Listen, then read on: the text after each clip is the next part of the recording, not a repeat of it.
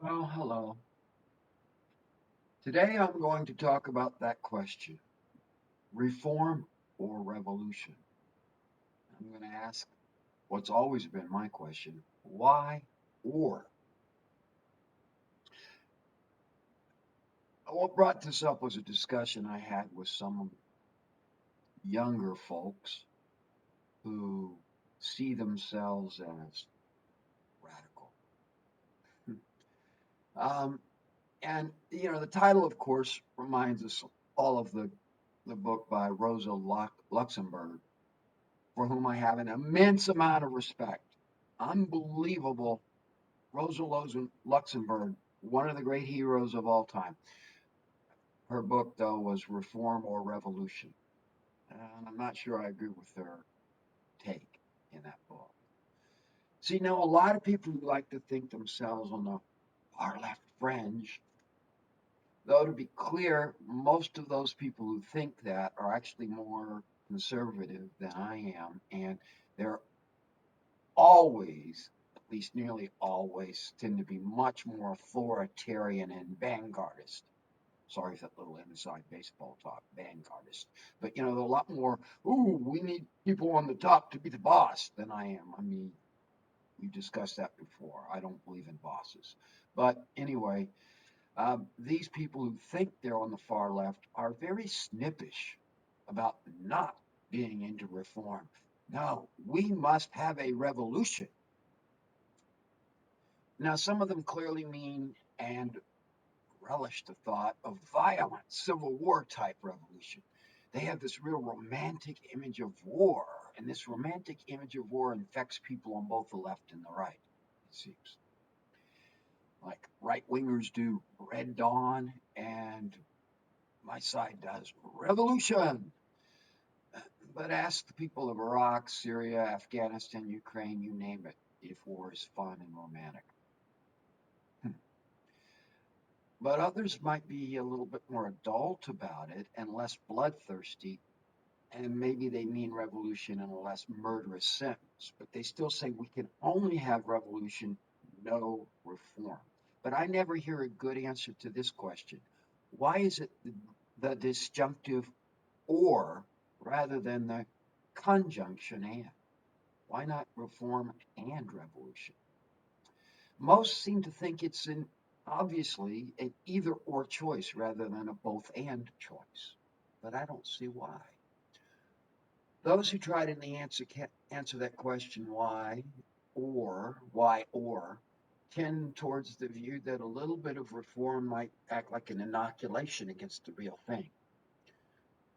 Or maybe they tend towards the old Marxist cliche, we must heighten the contradictions, meaning things have to get worse before they can force people to get better. But that seems very vanguardist indeed.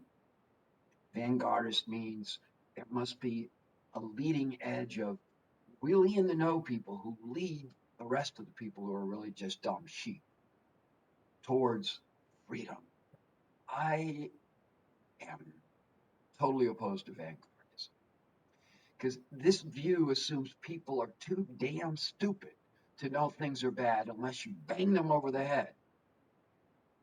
I refuse to believe humans are that stupid because then what is the point of yearning for true democracy?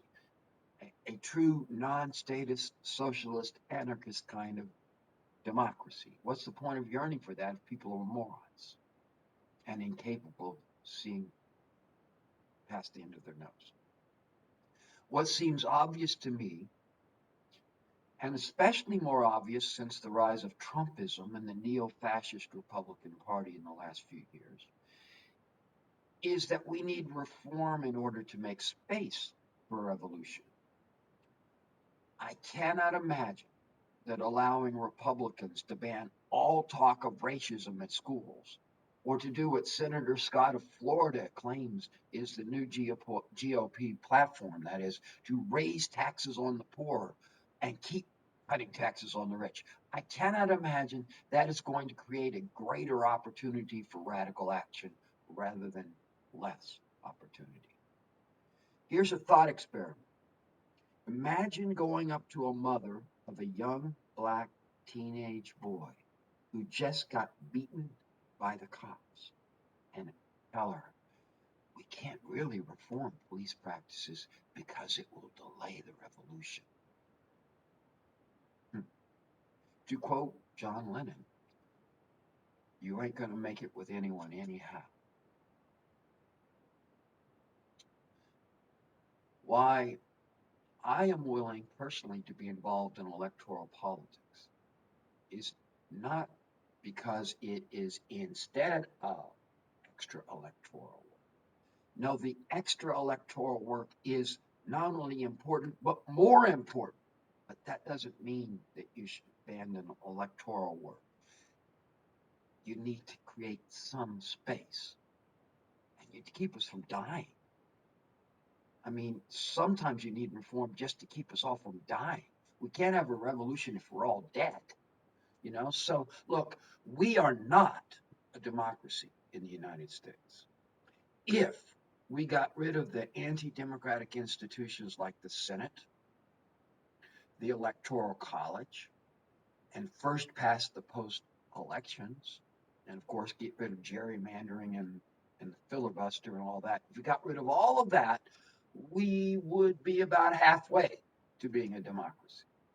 So being involved in electoral politics and reform is not naively believing we have a democracy. It's just trying to knock back a little space, a little breathing room, so the real work of revolution, peaceful, non-killing people, don't kill people revolution can come. Okay? Thank you.